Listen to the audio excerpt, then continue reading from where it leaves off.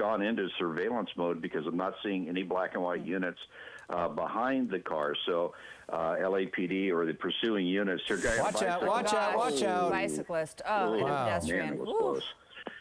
Anyway, and they've gone into surveillance just because of that. They're not trying to get him to drive faster by seeing units behind him. But as you can see, even when they back off on the ground, the driver continues on in a very reckless manner. So very high-speed, dangerous pursuit here we have through the south end of L.A.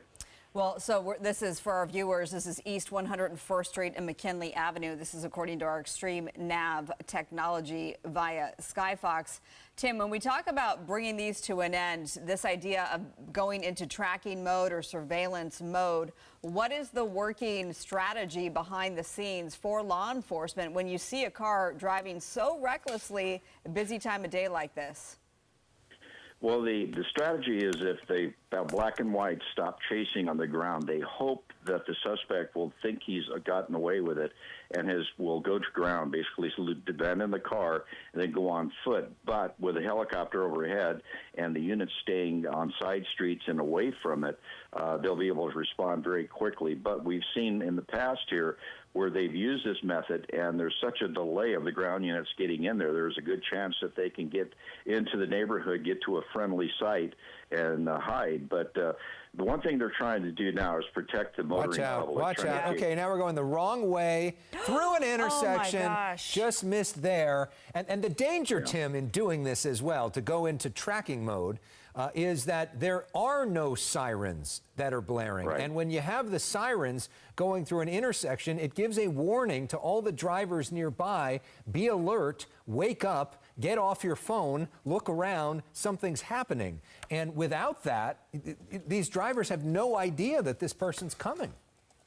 I agree with you totally on that, and that's one of the things they have to weigh. But if you're in behind him, chasing him, the unit there, it's on a side street, just kind of paralleling, so keeping track of the area he's in. But it's a double-edged sword. You know, if you chase him and he hits somebody or your units hit somebody, there's a lot of liability involved there.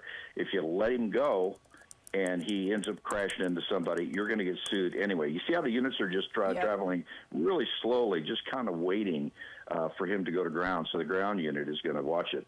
And I might add, the reason why the shot is the way it is right now, media helicopters are not allowed into the LAX airspace while there is a pursuit underway. So that's why Skyfox can't get over the top of the pursuit as you'd normally see. And the problem is, with this long shot, they'll end up losing him, and this is very difficult for the pilot of the news helicopter. Yeah, at this point, it's like a needle in a haystack.